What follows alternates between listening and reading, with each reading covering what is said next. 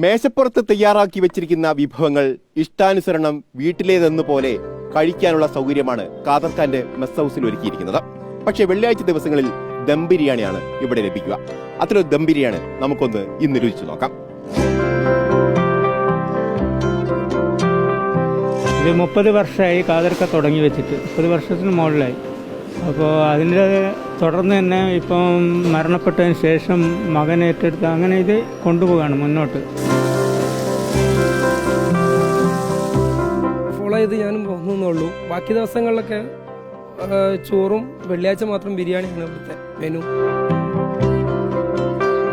സാധാരണമായിട്ട് RKG പിന്നെ sunflower oil അതുമെല്ലാം ഉപയോഗിച്ചിട്ട് തന്നെയാണ് ഞങ്ങൾ ഉണ്ടാക്കുന്നത്. മറ്റുള്ള കളറുകൾ ചേർക്കുന്നതിനും അതുപോലത്തുള്ള കെമിക്കൽ കളറുകളൊന്നും ചേർക്കുന്നില്ല.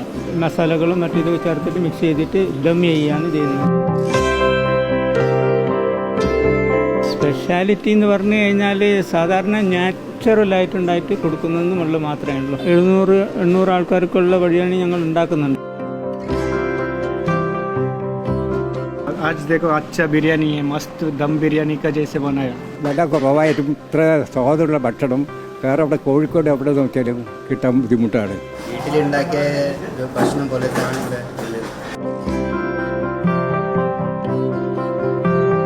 ഓരോരുത്തരും ടോക്കൺ പ്രകാരം വാങ്ങിയിട്ട് ഇവിടെ വിഷമ പോയിരുന്ന ഓരോ ഇഷ്ടത്തിന് കഴിക്കലാണ്. ഊണിൻ്റെ വില 30 രൂപ. കോഴിക്കോട് ഒരു സാധാരണക്കാർക്ക് ഡെയിലി വന്ന് കഴിക്കാനുള്ള ഒരു ഭക്ഷണം എന്നുള്ള നിലയ്ക്കാണ്. വലുതായിട്ടൊരു സദ്യ പോലുള്ളതെന്നല്ലെങ്കിലും ഒരു ദിവസം വന്ന് കഴിക്കാനുള്ള മീൽസാണ് ഞങ്ങളിതിൽ വരുന്നത്. തരക്കേടില്ലാത്ത ഫിഷ് ബിരിയാണിയാണ്. സുധിനോട് ചോദിക്കാം, ചിക്കൻ ബിരിയാണി എങ്ങനെയുണ്ടെന്ന്.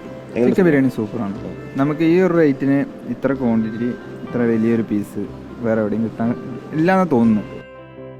ബഡ്ജറ്റ് ഫ്രണ്ട്ലിയാണ്. വിദ്യാർത്ഥികളുടെ പോക്കറ്റ് മണി കാലിയാക്കില്ലെന്ന് ഉറപ്പാണ് കാദർഖാന്റെ മെസ് ഹൗസ് നൽകുന്നത്. റിപ്പോർട്ടർ, കോഴിക്കോട്.